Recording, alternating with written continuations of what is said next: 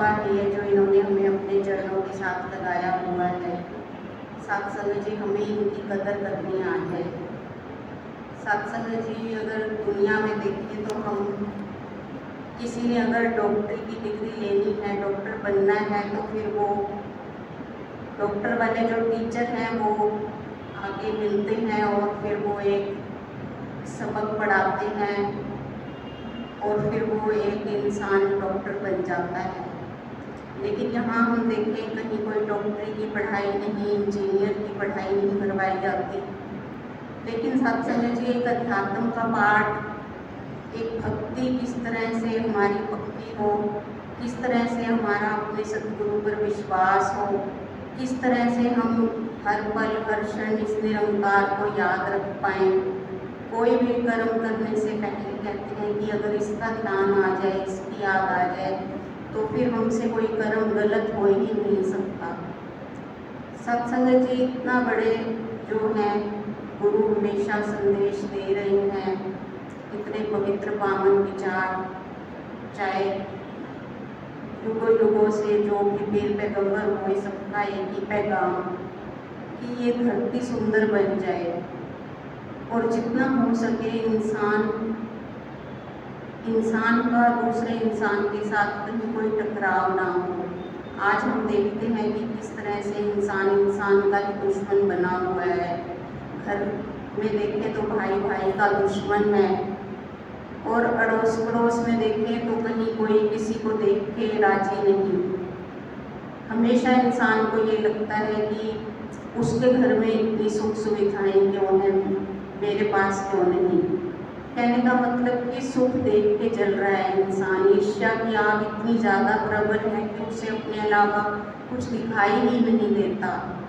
लेकिन सत्संग जी, जब सतगुरु के दर से हम जुड़ते हैं और फिर जब सतगुरु इस ब्रह्म ज्ञान को, सत्संग जी हमारी जिंदगी में हमें ब्रह्म ज्ञान का बोध करवा देते हैं कि ये देखो, सब में मैं ही समाया हुआ हूँ, पत्ता पत्ता डाली डाली कण कण में मैं ही हूँ। और जब इंसान इसका दर्शन कर लेता है, फिर उसके लिए कहीं पर भी कहीं कोई ऊंच नीच के भाव नहीं रह जाते, जाति पाति के भाव नहीं रह जाते। फिर वो सब में ही अपने को देखता है और अपने में ही सबको देखता है।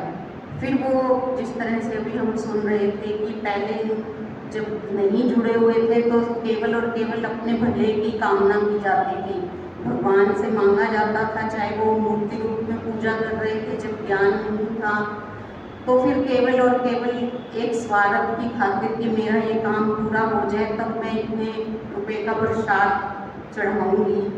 लेकिन गुरु के दर पे आके हमारा मन इतना विशाल इन्होंने बना दिया कि समझा दिया कि जो कुछ भी हो रहा है निरंकार के हुक्म में हो रहा है, और इसे जैसे हो रहा है अगर हम स्वीकार कर लेते हैं, इसके बहाने में को मान लेते हैं, फिर तो सत्संग जी ये जीवन सहज रूप में गुजर रहा है।